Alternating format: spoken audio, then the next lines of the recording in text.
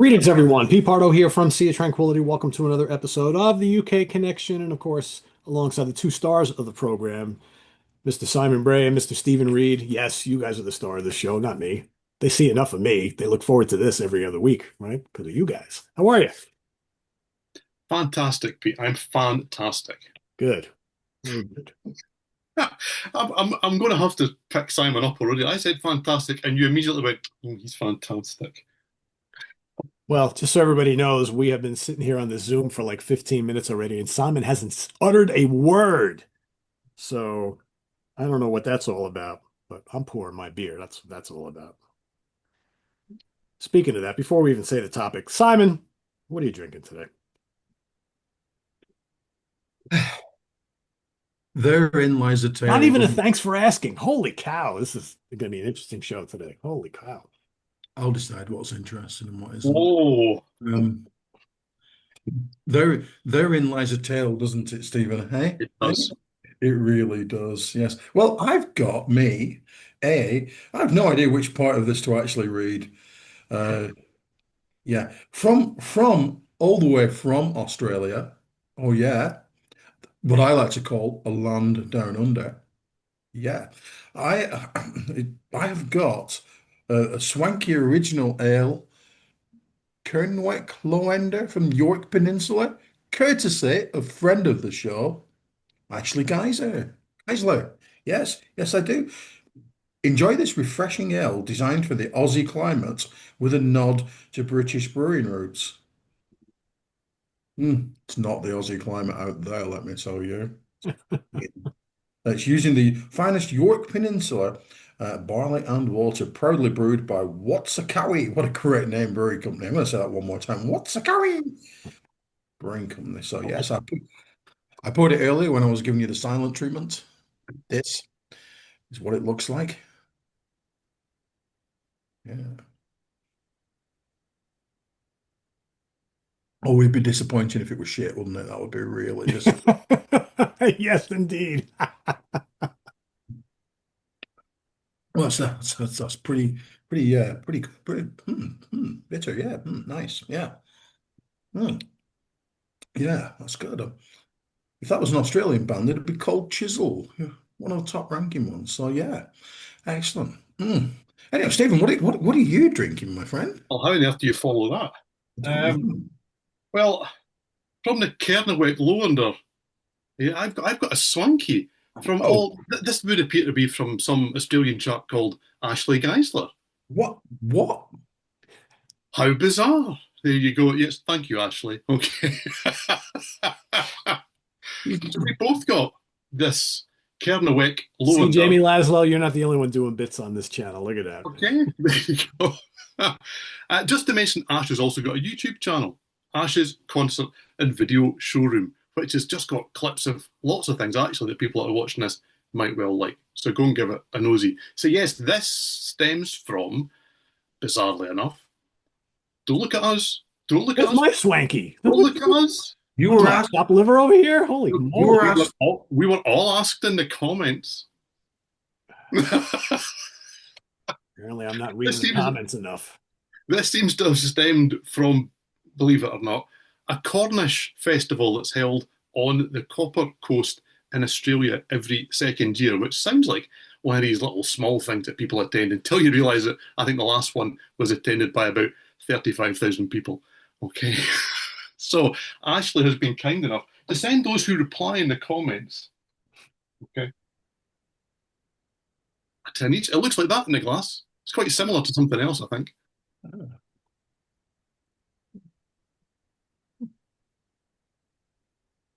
Oh yeah, it got quite a bitter. It's got actually got really quite a bitter finish. Mm, that's really quite good. I think that's a beer that could split opinions. If this was an Australian band, I would say it's in excess because that to me is a top tier band. Some people, some of them on this show, would call them dog shit. I think that this is top tier. That's excellent. Thank you, Ashley. Pete wouldn't do that.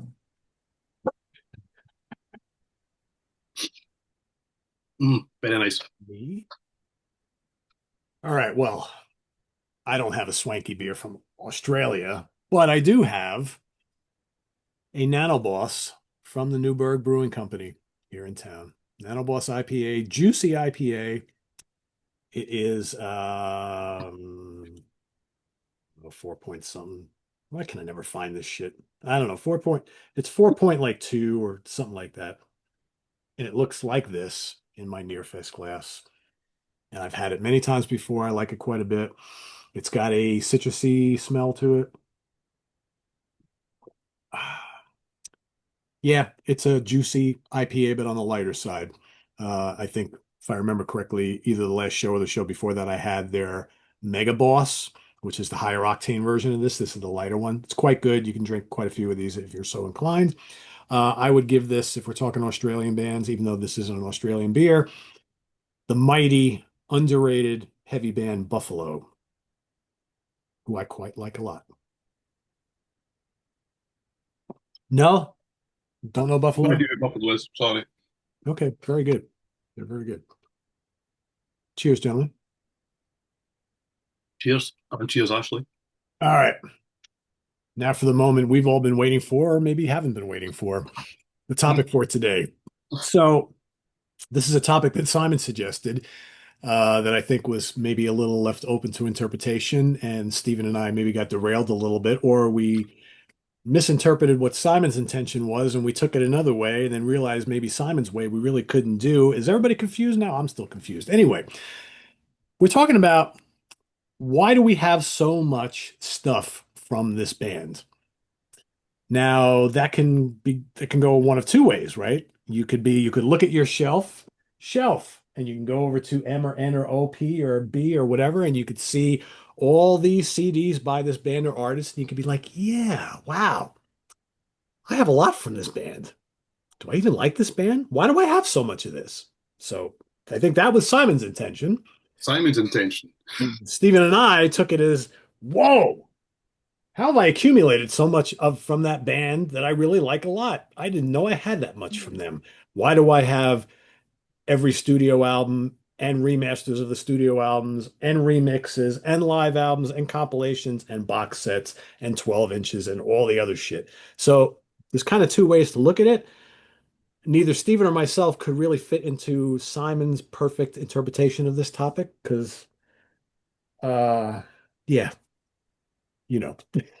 So we may go one way, may go the other way. We'll see. We don't know how this episode is going to go. I think it'll be entertaining, regardless of which direction the three of us go in. So, Simon, why don't you tell us how we should have done this show and start us off? Yes. What we should have done is we should have realized that we all have artists that we think, yeah, I quite like them. They're all right. Or, I haven't listened to them for a while. Or, shit, I've got loads of them. I can't believe I've got, what the heck? Do I like them? Wow. Wow. Turns out I've got a few of them. Or, another way to look at it, you might think, people will be surprised when they find out that the Bray Dog likes X or that Stephen likes, I don't know, Kiss. But, people might be surprised to learn that. Never know. I know. Things have happened. So yeah, so I know that I like melodic rock. I like southern rock. I like punk rock. I like the Stranglers. I like all that kind of thing. People know what I like. Yes. I'm going to pull out some things that you might think, hey, Simon, you like that? Or, hey, Simon, that's really shit. You've got terrible taste. One of those, yes. And yeah, so because I can only, as always, get hold of a limited amount of my CDs because of I have been trying to re-alphabetize them as well. I really John have. has them. Yeah, but more of this later. Ooh. So for instance, I know that I have got practically everything that Dream Theater have ever made. And you wouldn't think Simon is a big fan, but I know that I could see that I see them at the back of the cupboard that I put them. Couldn't be asked to get them out because that's just too much like hard work. But I know, for instance, that I've got a lot of Dream Theater. Yeah, you may well be surprised by that fact. I've got I'm very surprised. yeah I yeah would have pegged you as not having any Dream Theater. no got Wow. almost How long almost do I know this guy? I never knew he liked Dream Theater. Or maybe he doesn't really like Dream Theater, but he's got a lot of their albums. And when he saw them, he hated them. So yeah, good time. Yes. And I realised that they've made 7,000 albums, but I've got well into double figures Tangerine Dream albums, for instance.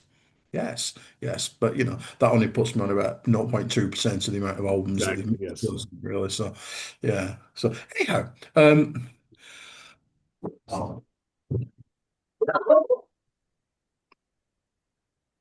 on, hold on. Other one's coming. There he is.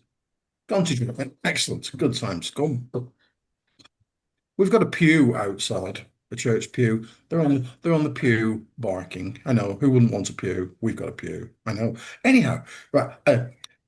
I thought, aha, I know that I have got quite a few by a particular artist, and I know that I have seen this artist and was thoroughly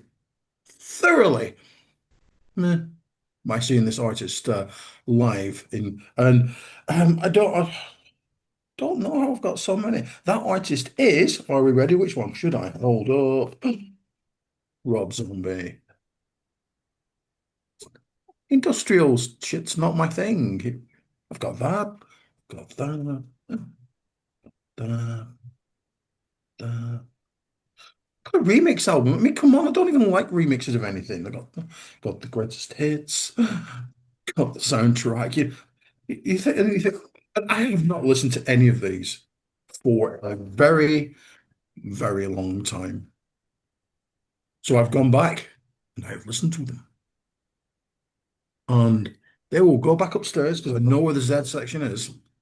And they will probably stay there for a little bit longer. That's not to say I didn't enjoy Dragula's was an amazingly great song. It really is. And the video is super, super great. But I remember, I was obviously collecting Rob Zombie CDs like at an alarming rate.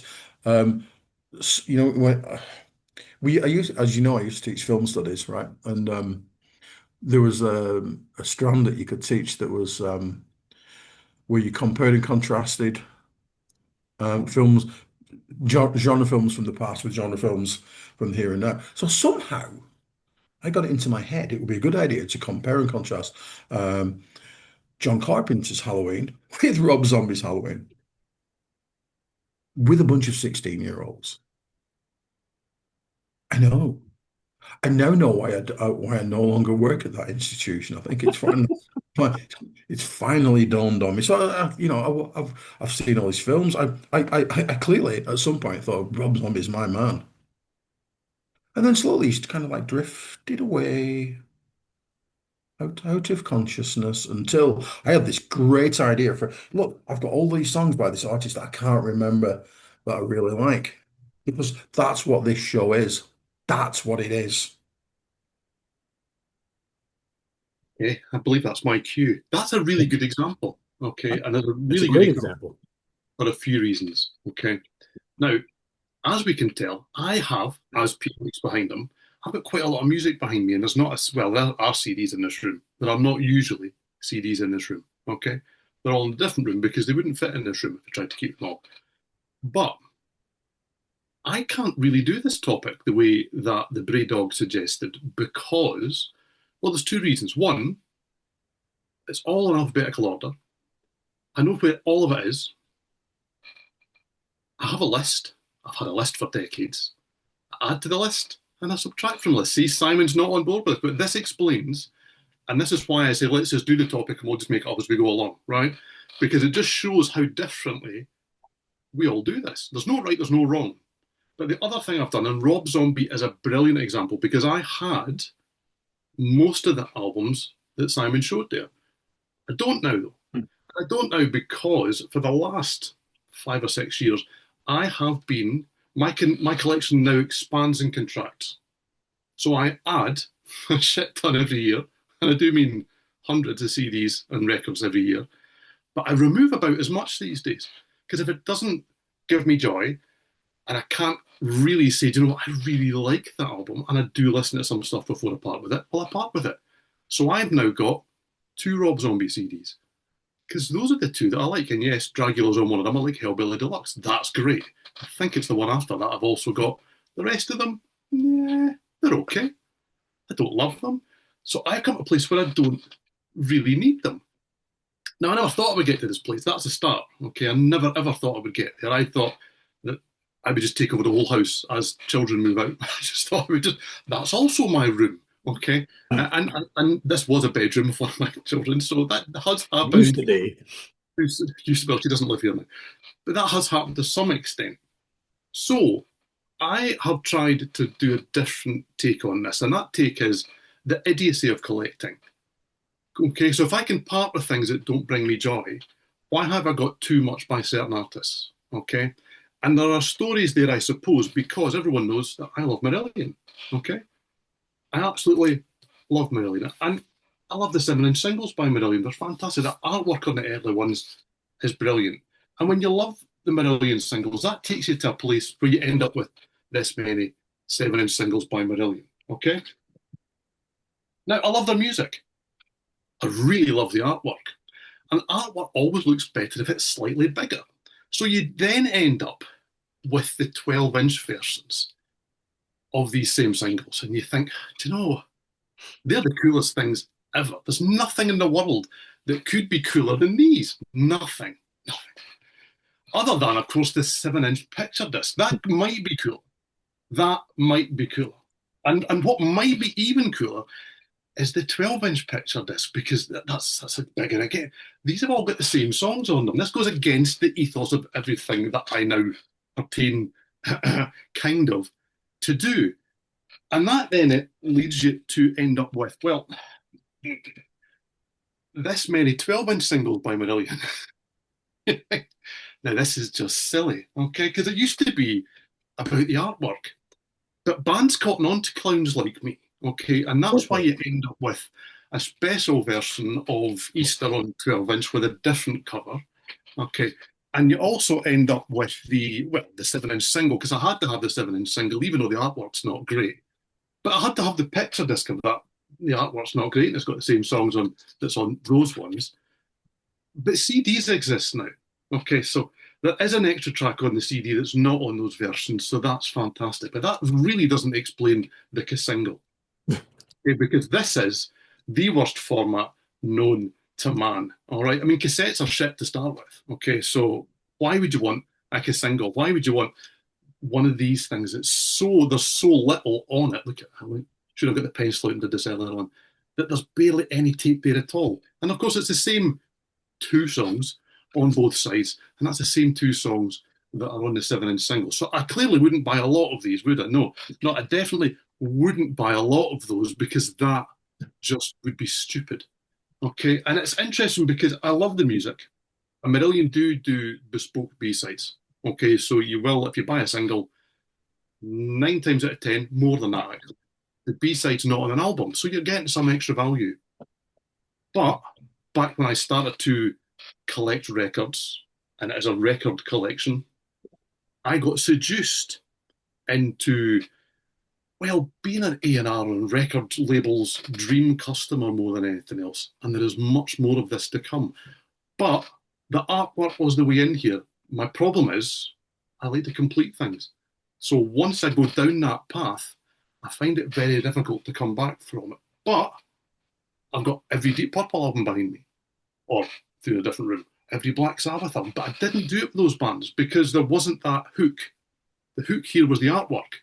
That was the different way in. Mark Wilkinson's artwork was the reason that I started to collect the singles, and it grew from there. So I've got more of this kind of stupidity for tonight. There's this thing called the curse. Yes, but see, my curse is kind of in control a little bit, not fully, not well, not properly. Okay, It's a selective curse. yeah. Well, as we've said off air previously, Pete, when we were, I don't know what show we were about to record. Anyone who's eagle-eyed will know that maybe 2 years ago, when I first started, probably in this setup, these shelves were rammed with vinyl. They were like, let me out. They're not now because the spaces have been sold. Because the stuff that's been sold, I have on CD. And I've come to a place where I don't need both, unless it's certain things. Because I can't part with what I've just shown you. I can't do that. That's not going to happen. That's not real. No. That's a good example of this. Yeah, it's funny. I was sitting there while we were talking. I'm like looking over on my shelves. I'm like, and I'm really thinking, do I have something very similar to what Simon is talking about? And I'm like, and I don't know if I do. I really don't know if I do. At least not here. In this mess, perhaps, but up here, I don't know. Because I was looking over at G, and I have a shit ton of Grateful Dead CDs. Now, I'm not an enormous Grateful Dead fan. I do like them, but I have all the studio albums and I have a ton of live albums. And I really don't listen to them all that often, but when I'm in the mood, I like to, whatever. But that's probably as close as I come to like the Rob Zombie thing. It's a band that I like, I don't love, but I continue to buy live albums from them and all this kind of stuff. And I'll listen once or twice or thrice and I'll put it back on the shelf. And then a year will go by, I'll buy something else and I'll buy something else. And then I look and I'm like, how the fuck did I get so many Grateful Dead live albums? I just keep buying them. I like them, but I'm not a Deadhead. I don't just sit because I have friends who are Deadheads and that's all they listen to is the Grateful Dead. They buy all these live albums because it's all they listen to. But me, I'm just like, you know, so I don't know. But that's not my first pick for today. My first pick for today is I'm going to kind of go the Steven route on this. King Crimson. So I've always been a fan, big fan. But I don't know why in the last couple of years, I have just accumulated so much King Crimson stuff and King Crimson related stuff. I just don't know when it all happened. So I didn't pull them down, but if we look up, hold on. If we look up here, there is a half a shelf of all the King Crimson proper studio albums on CD. Now, for some of them, I have the original CD release.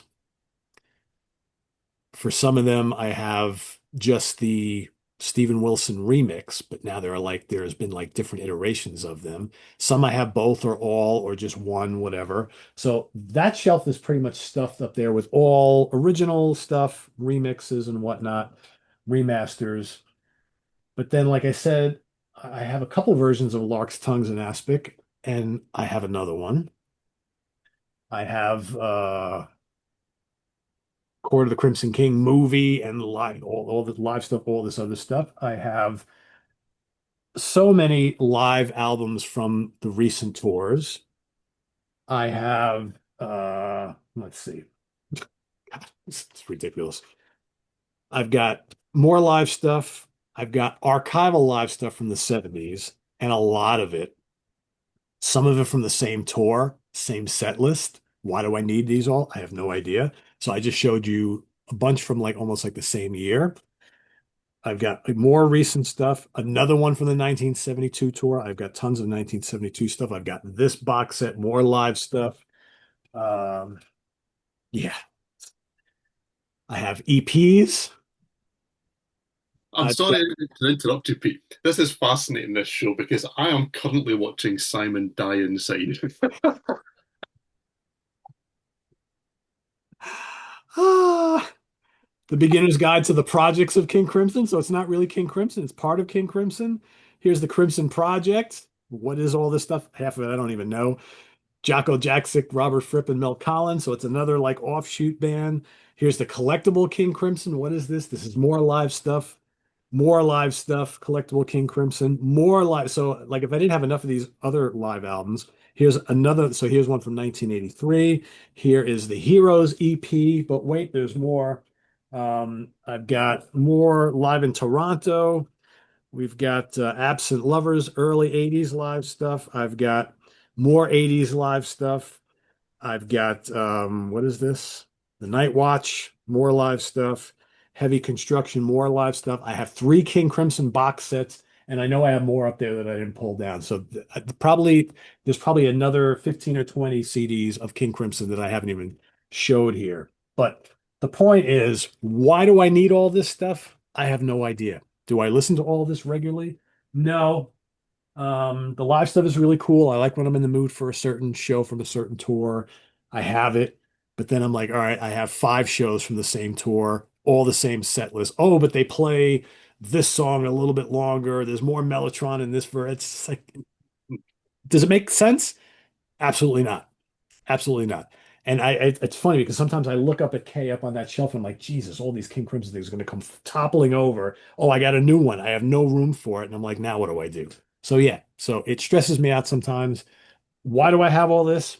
I couldn't tell you. Am I a big fan? Yeah, but do I need all of this? Probably not. Probably not. Anyway, back to Simon to tell us how we should be doing this show once again. Oh, I'm just so pleased the Darts is on the telly over there. Just what I would point out, Stephen, is I realized there came a point in my life, and that point was when when I realized I don't want a dog. Was I realized that when I bought a rocking chair by Magnum on Casingle, that's the point I went, Simon, stop it. No, stop it. Stop it, stop it, stop it, stop it, stop it now. Just silly, silly, silly, silly you. Stop doing that. And I realized that 30 years ago, Stephen, possibly even longer, just saying. So, you know, I've only ever done that insane collection, collect everything that moves with a couple of bands. And I gave that up a good 30 years ago as well. And, yeah, I collected everything the Stranglers ever released up. Um, up until 1997, and I thought, Dick, stop it. Do I really need two 7 inch no. I'm not going to start buying the CD singles. I'm not doing it, and I didn't. And I felt better about that situation. But yeah, rocking chair single. If anybody wants it, you're not having it because I don't get rid of anything. I don't know where I can find more shit, but nonetheless, I, I get Can't get rid of rid of it. It's here. Where? Don't know. somewhere upstairs. Tell you what, I could find though. My next turn, as they used to say in the working men's clubs. I'm a much bigger fan than you would think out there. Not you two, maybe I don't know. Of um, Cradle of Filth. I really like Cradle of Filth. I know that I like Cradle of Filth because I've got a lot of Cradle of Filth. The filth. I've got more filth than I can actually find. Yep. Yeah. You know, because that's some of the artwork, like is just fantastic. Yeah, I really like Cradle of Filth. And what I want to say about Cradle of Filth is you quite often hear people say, Cradle of Filth, that's kiddie metal. Really? Same thing with Slipknot, that's kiddie metal. Baby metal, that's kiddie metal. Really? Kiddie metal's not a thing, kids. It's just irritating. Don't do that. I I find them deeply melodious, which I think is interesting because like they are quite extreme, but there's always a good melody, a good tune on the guitar or the keyboard or something. Don't you think? You make it sound like they sit around the campfire. Absolutely, yes, indeed. I'm, I'm not astonished, and I don't listen to them that often. But when I do, rather like I have said that I do, like with status quo occasionally. I've just been through one of those periods because of you, Stephen. Thank you. I can just there's got to be like a 2 day, 2 or 3 day thing where I just listen to Cradle of Filth, and I do that quite often with many bands. Oh, I really really like them. Oh, I've got to listen to them all the time. Walking the dog while I'm in the house, in the car, upstairs, every room, got something musical in every room and the shed outside, and they're on all the time. And then after a while, oh, thank God for that. I've now sated my need for it, the call for this year, and it's a regular thing. But I also do it with Cradle of Filth. But the thing about the Filth is, absolutely can't listen to them while Mrs. Simon is at home. No, Mm-mm. Just no. not happening at all. So, and also, I found that whilst I know that I really like this band, won't buy their latest stuff if it's not at a price that doesn't work for me. You know, I will get it when it goes down in price, but I'm not paying 20 quid for a CD. No, get lost. That's just not happening. You know. So I like them, but not enough to be ultra stupidly dedicated. But I thought people might be surprised of my love of the filth, and this is a great record.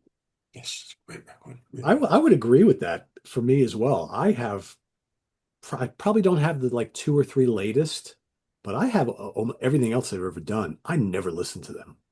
But when I see them in my collection, I'm like, oh yeah, Cradle of Filth. All right, I need to have that. Why I don't know because I never listen to them. Oh, But when I do hear them, I'm like, oh yeah, cool band, right? I've seen them yeah. live, cool band. But do I need all of them? See, this is proof that we all do it differently because I have no Cradle of Filth, and that's because I don't need to listen to them. Do you know what I mean? As I say, that there is no right or wrong to this. This is always fascinating doing an exercise like this because you've often been confused, Pete, by my nonplusedness about live albums. You've just explained why. You've just explained exactly why. And I do get the nuance. I absolutely get the nuance between different performances and different lineups doing things different ways. The 80s era was different from the 70s and all that kind of stuff. But if you really dig in deep to it with certain bands, not just King Crimson, you end up with 86 live albums. A live album used to be an event. It used to be a real milestone in the band's career, and it was kind of defining. It ended an era. Rush is a great example. You end an era, you start a new one. They almost knew time for a live album, guys, because we're going to do something different tomorrow. Now it's just kind of like, oh, it's Wednesday, it's live album day, and I don't know. Anyway, there is no right or wrong. Well, There's but no. yeah, but I mean, the whole point with some of these bands that just now have, I mean, Deep Purple is another perfect example. They recorded like every show forever, like especially during the classic years. And then you get to the point the band's kind of winding down or whatnot. And they're like, oh, we have all this stuff we're sitting on. Why don't we just release it and make more money, right? Because you have these bands are older. They're not really making money on new albums anymore, but they're like, oh, all the old farts will want to buy this stuff. So then they open up the floodgates open, and now you've got, a gazillion live King Crimson, Deep Purple, Jethro Tull, and all this stuff. I mean, you got all these live albums and things, and it's just like, but yeah, and some of those bands had the classic live album back in the day. Well, now you got another 15. Anyway, my next one is similar to my first one, I suppose. I've just shown you all these Marillion singles. And if you were to ask me, Stephen, did you buy a lot of singles when you were young? No, no. Do I have a lot of singles now? No. Hmm. Okay. Well, everybody knows that I'm a Little Angels fan. Okay. It's a UK band. They had a number one hit album. This is from the album Jam. There's Jam on the back. Okay, got to number one in the UK.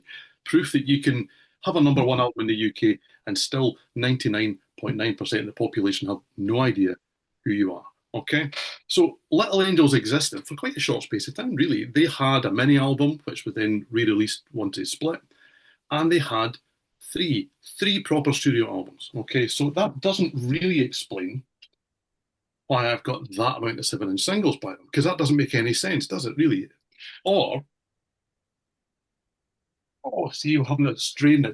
That amount of 12-inch singles by them. Okay. Now, this alludes to what I said at the end of the last show. I had a case of 90s itis. Okay.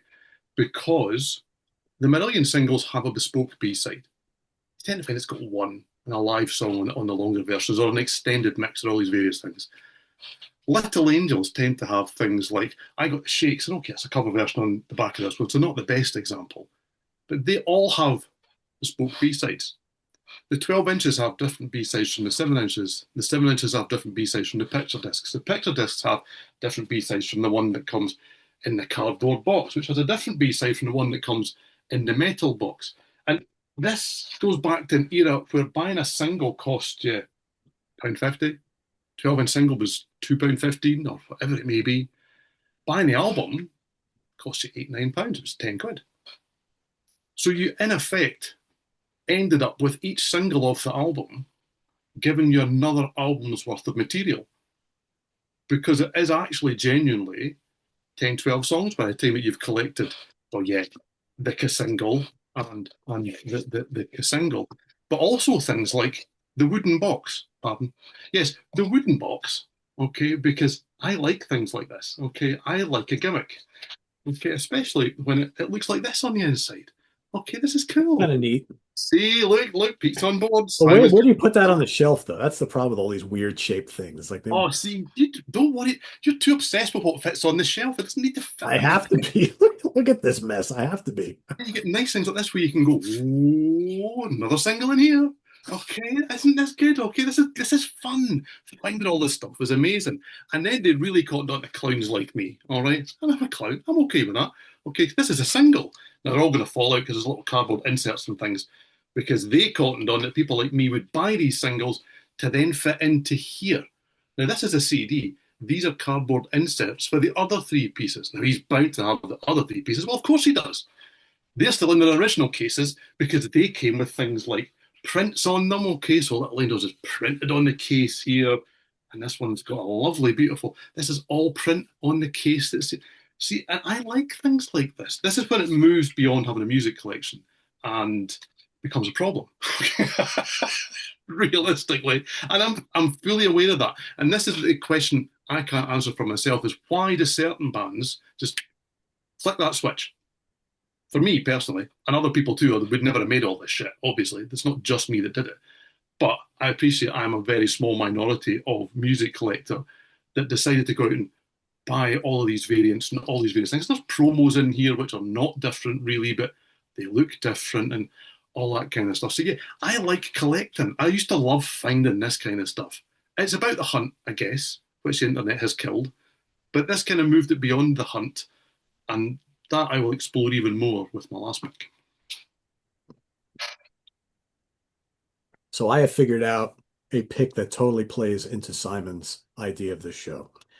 And sorry, I don't have all of the stuff to show, but they are here. I do have them. So, and I don't know what prompted me to do this all those years ago, but at some point, a bunch of years ago, I decided I was going to try to force myself to liking the music of Prince. Because I was kind of dug Purple Rain, right? That was a huge album back when I first went away to college, and my girlfriend at the time was a massive Prince fan, so I must have heard that album a million times while we were together for those couple of years. And I always liked him as a guitar player. You know, a lot of his music didn't really appeal to me, but I would like things here and there. So at some point, like maybe, I don't know, 30 years ago, 25 years ago, I got it into my head that I was going to just start collecting the Prince catalog, and every new thing that came out, I was going to buy. And I did that. So I bought all the 80s albums and the late 70s albums, and I started getting the 90s stuff. And then his 90s stuff got really weird. It got very much kind of funky, hip hoppy, just weird. And I would buy them and I'd listen to them and be like, yeah, I don't know if I like this. And then another one would come out and I'd buy that and I'd be like, yeah, I don't know. So I have I'm looking at the discography and I have all these. I have For You, I have Prince, I have Dirty Mind, I have Controversy, I have 1999, I have Purple Rain, Around the World in a Day, Parade, Sign of the Times, Love Sexy, Batman, Graffiti Bridge, Diamonds and Pearls, Love Symbol, The Black Album, The Gold Experience, Chaos and Disorder, Emancipation, Crystal Ball, on and on and on and on. There's more. I have all these.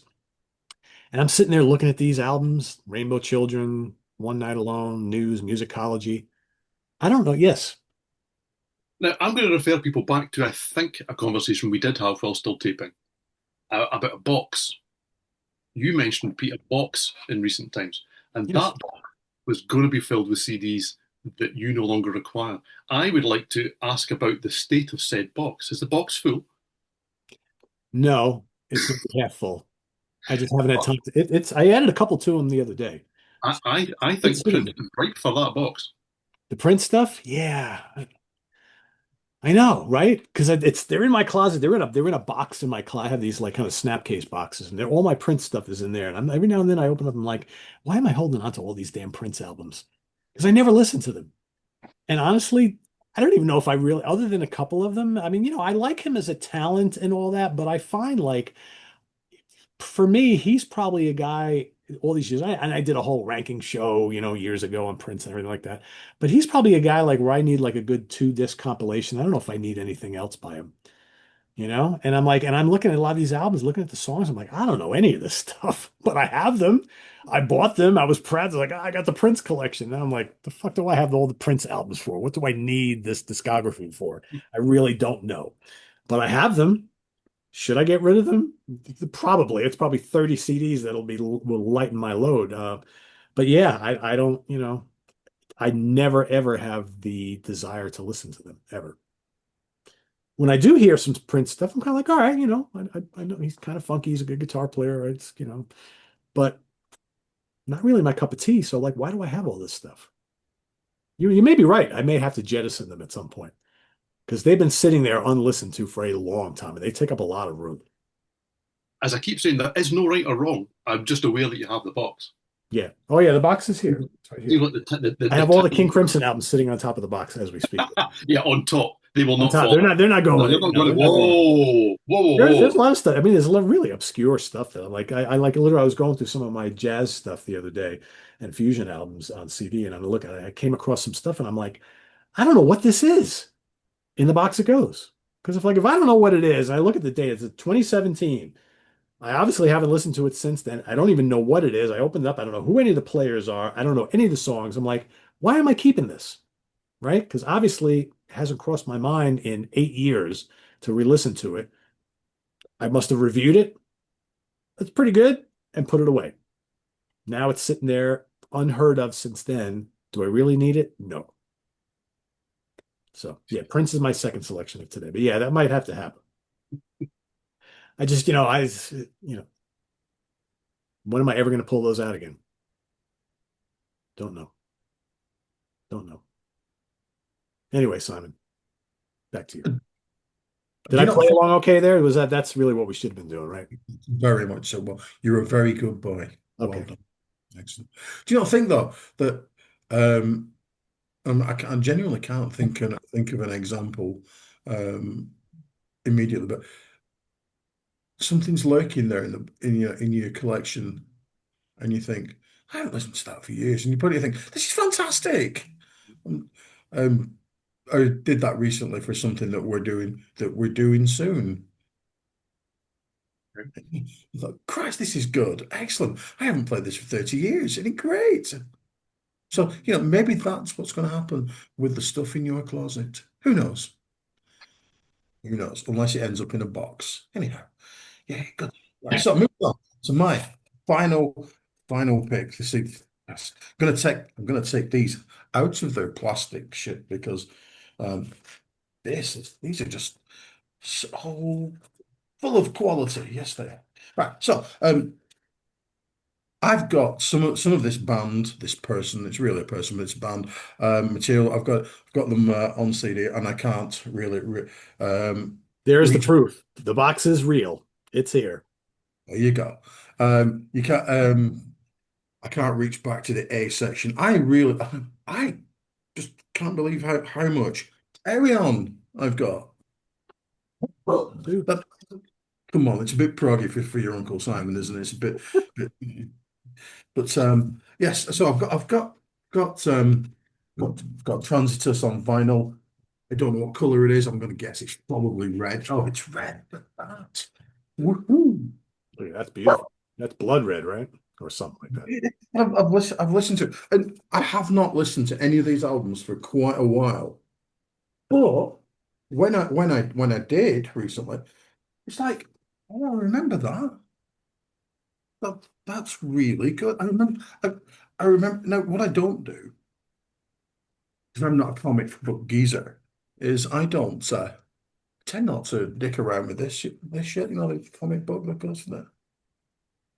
I don't do that. But I think this is a fantastic package. This is really, really good. Why has it not come out for? I bet it hasn't come out in the last 5 years.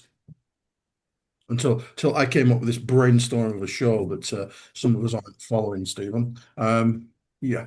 So this is really, really good. Look at that. Look. This is the kind of shit that I live for. Oh, so you're singing as Lavinia, are you, Miss Somerville? Hey, you were in Eunice. Was you? No, she did Kiska Somerville, didn't she? Ah, yeah. And then you go back and you think, I might listen to that as well. And you met all those little connections, and you think, yay, excellent. And then you go down a rabbit hole, and you haven't done the stuff that you're supposed to do, and then you get really shouted at when Mrs. Somerville comes on. But that's not important right now. Hmm. Yay. I've also got the source, which is really, really good. Um, you realize to some extent that when you listen to them that he's got this kind of style, hasn't he? You know, there's all these little motifs that run throughout all the albums, and so it's sometimes I look at artists like Aaron and think, "Ooh, that's a bit difficult for me. I just like the funsies. I'm a simple soul." Come on, that's Funzy's prog rock or prog metal, whatever you want to call it. That I think that describes what Arjun does. He does Right. prog with the Funzies. It's catchy stuff. Yeah. But you have to dedicate time because most of them are double albums or long albums, and there's a But, lot of but people on he's them. So, clever because he's got a little door that goes, here's the way in. yes, come on. Just technical and whoa, boom, flurry of notes. He goes, look, here's the big keyboard motif. Boom, do do do do do do, boom, do do do do, and you go, oh, hold on, there's a hook. He's clever. Yeah, he absolutely is. He absolutely is. Yeah. Well, this is so true. But Stephen, I mean, you don't like live albums, but who wouldn't love a triple live album? No, no, no, no, no, no. I do like live albums. I just don't need, sorry, Pete, I just don't need 70 by each band, which, well, I'll make a mockery of in a minute, okay? Because I don't need what I've got sitting behind me here at all. But there you go.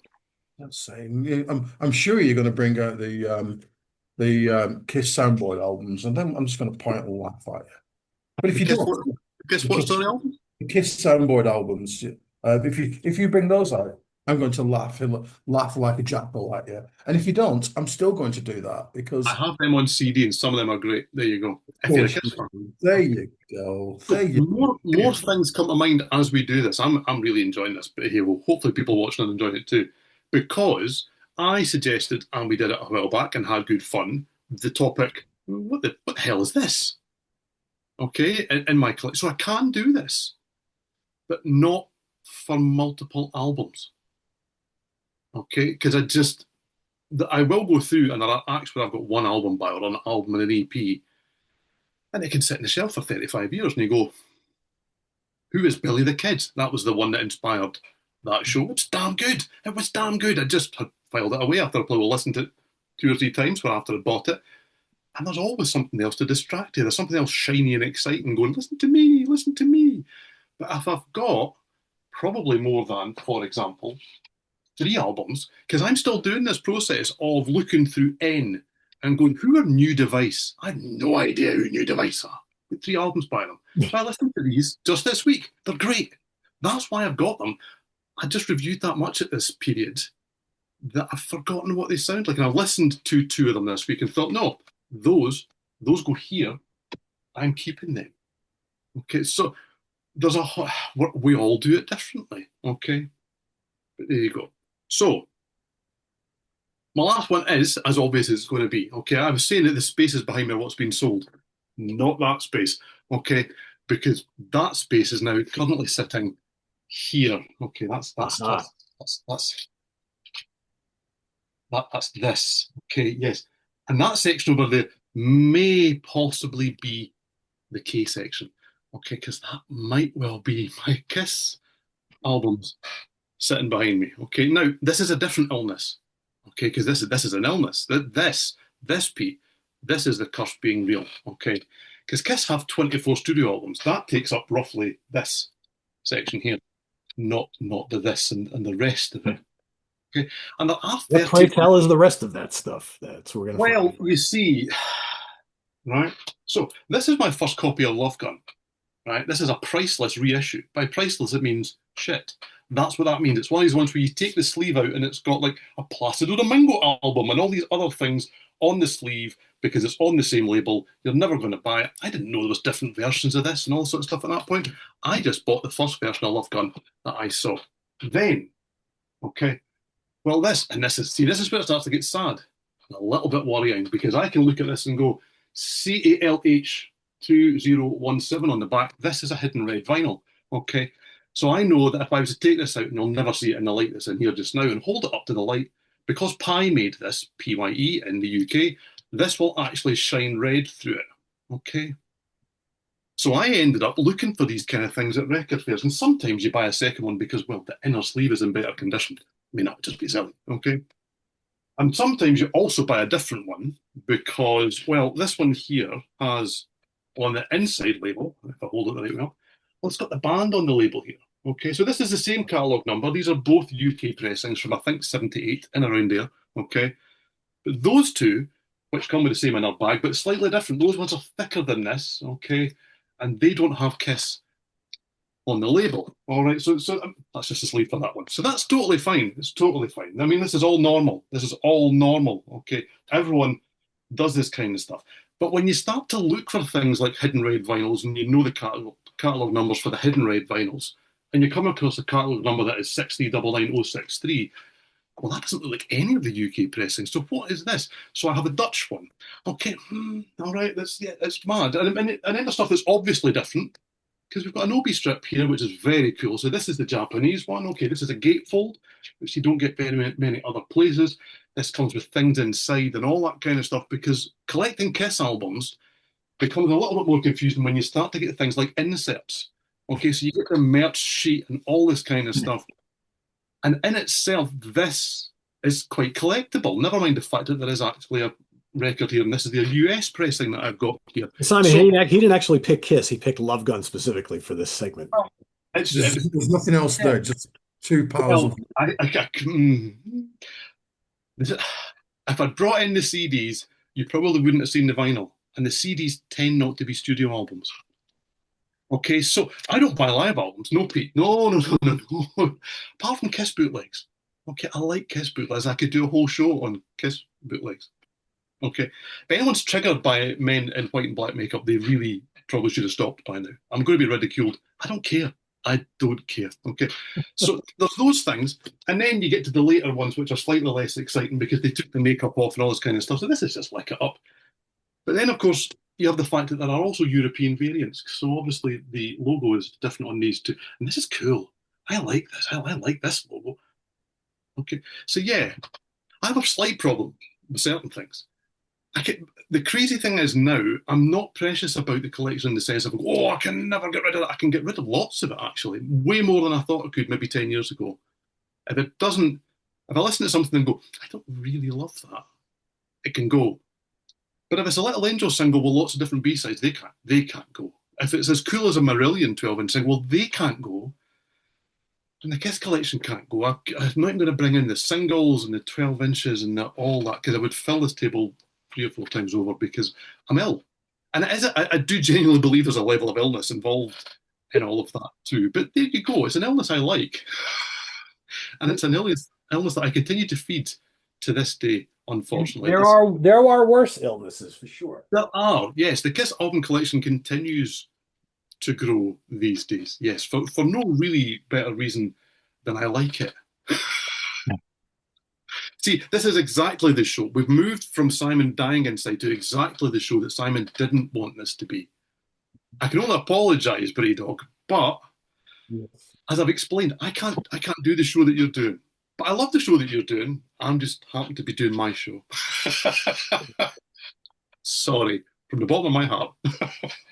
So I pulled out one of these special boxes that contain pretty much one artist. So this is my sickness here. I have a problem with Frank Zappa. I have more Zappa than I know what to do with. You think the King Crimson was bad? Oof, no. In fact, I don't even have any more room in this box, and the lid won't even stay shut, and I just keep getting more Zappa Live stuff. I have like box sets, I have compilations, I've got the studio albums, remasters, remixes. Yeah. And it's just like, and then the Zappa family announces they have another thing coming out. And what do? I buy it.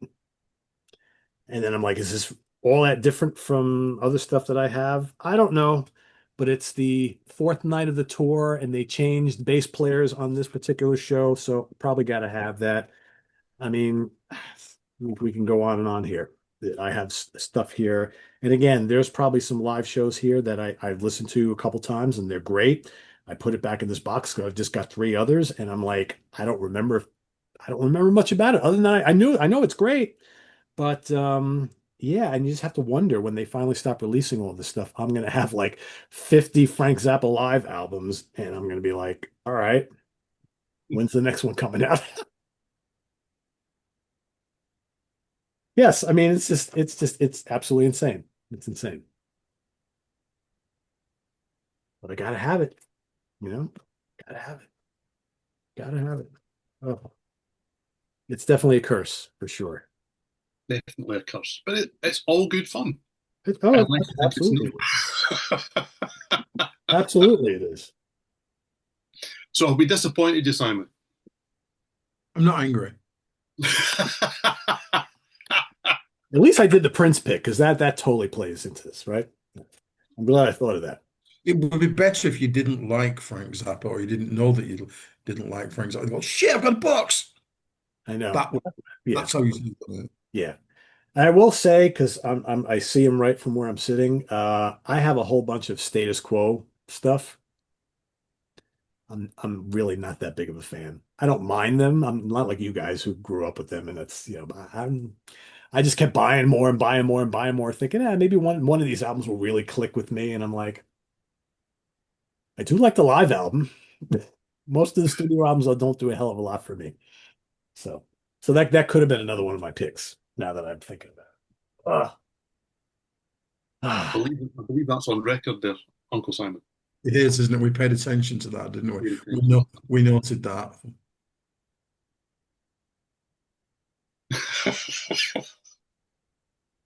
I got told to show. I was listening to the live album the other day in the car, and I got told to turn it the fuck off. Did you? wow. For one particular tune that Mrs. Simon said was the same shit over and over again. Gee, I wonder what song that might have been. It might have been a Doors cover. I'm not saying, but very much got told to get that crap off. That's a show we've done as well. Really is, yeah. I'm building up for a second one of those. There you go. We could do a second one of those. Uh, we probably could. I can't wait to do that what was it, the one album wonders? We need to return to that one of these days. That was fun too. Yeah, there's a few things we've done in recent times that we should probably return to, and we shall. And we We, shall. we Cool. shall. Yes. But what is next, Stephen? Well, what we're going to do in 2 weeks' time, because we do so many wild and wacky things here, we haven't done a favourite, least favourite wildcard show in I don't know how long, but it's a long time. And we are going to do Gillen next, is what we're going to do. So, yes, this came about because of the recent reissues and various things that came out. Started a conversation where Pete basically went, "You do like Gillen? Of course we like Gillen." So we're going to prove it. That's what we're going to do. But we're also going to tell you what we like least too. Good. Well, So that was maybe you will. Oh, I see. He Oh. might cheat because he does. He does tend to, doesn't he? Yeah. It's two favourite, it's two least favourite, and it's one wild card, which could be 12. Yeah. Definitely going to be two wild cards, 100%. Yeah. Definitely. This catalog deserves more This than one's one. gonna. Oh, now we're just doing the Gillen albums, right? Not the Ian Gillen band, just Gillen. Well, as always, Anything in the Gillen universe. well, I would say for favourite, least favourite, it was Well, for Gillen. wild card for sure. You Yeah, have to yeah. expand that if you want. I'm already ready to do this, and I've expanded into the Ian Gillen. Okay, well, that's changed what I'm doing completely. See, it's as well we talk about these things. It really is, isn't it? Yeah, because we have those couple of Ian Gillan band albums, and you got like a handful of Gillan. Well, the Gillan band, and you have some Ian Gillan Yep. solo records. So Yep. okay, Okay, I'm cool with that. That's fine. That's all good. yeah, that'll work. We're doing the Gillen verse. The Gillan verse. The Gillen verse is what we're doing, which takes in a shit ton of stuff, really. Yeah, All good fun. I like that Gillan verse. That'd be a cool last name. What is your name, sir? Peter Gillan verse. Oh, he's definitely Dutch. He's Dutch. Gillan Peter verse. Gillen Gillan verse. How would you say? How would you say Gillen. it? How would you say it a Scottish way? I would say Gillen. that Gillenfirst would be from Keith in the north of Scotland. Gillenvest. Okay.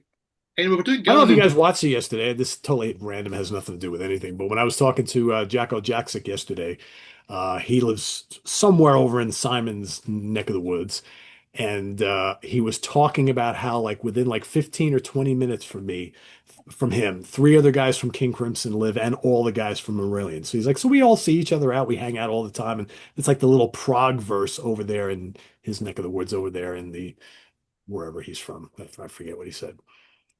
I'd imagine he's near Aylesbury. Yeah, I guess that's what it is. He told me. I don't remember. I can't So remember. nowhere near where I live. Nowhere near where you live? Okay. Not even. Well, Not even close? it's in the same country. What do I know? Is it within like 30 miles? No? Okay. No. I Well, mean, he and I were talking about the weather initially, right? And then I was talking about you two guys and how we always talk about what's going on. And I was like, and Steven's from Scotland. He goes, oh, the weather over there in Scotland, that's a whole other story. I'm like, yeah, apparently it is, yes. it's For absolutely. me to drive to Aylesbury, it would take 3 hours and 27 minutes. Really? Wow. Not You know, close. I thought it was right over there. Yeah. Well, like I said, what do I I know? mean, and I'm presuming Aylesbury, because that's always been Marillion's base. They've always been based around there. So I would guess if you're going to bump into them, He that's said he pretty was bad. like 15 or 20 minutes from them. So they're Yeah. all, he sees them all the time. So they're, I mean, I've got all their singles. I don't know their addresses. So I may be wrong. I don't know. Well, he talks about it on the show, so I'll go rewatch it. I'll get the exact name of the town where he was talking about. But yeah. Anyway, that's got nothing to do with what we're talking about. I don't know why that just came up. Whatever. Randomitis. See that? Anyway, thanks for watching, everybody. Let us know what you have in your collection that, if you want to play by Simon's rules, you have a whole bunch of albums by a band that you like. Not even really sure if you like all that much, but you do have a lot of their stuff, or if you prefer to play by the rules that Steven and I created. It's a band you really like, but you're actually shocked how much shit you have by them, right? To the point where it's getting a little ridiculous, like the Kiss situation over there, or you know, like King Crimson situation here, or the Zappa situation, whatever. So play along as you like, and we'll see you back here in 2 weeks. Visit us on the web at www.seatranquility.org. We're on Facebook, YouTube, and Instagram all the damn time. Please subscribe if you haven't already and click on that notification bell so you get alert of all of our content as a post. And please do hit the like button before you leave. Stay tuned for ranking the albums tomorrow. It's short, it's sweet. I promise you, it's less than 15 minutes. The band Ark from Norway, progressive metal, very, very cool band. John Macaluso, Jorn Landi, Tori Osby, and a couple other folks. Very cool, very different progressive metal band. So check that out if you haven't heard the band. And that's happening tomorrow. And we'll see you then. For Simon Bray and Steven Reid, I am Pete Pardo. Thanks for watching us here on the UK Connection. Enjoy the rest of your weekend, everybody. Take care. Bye-bye.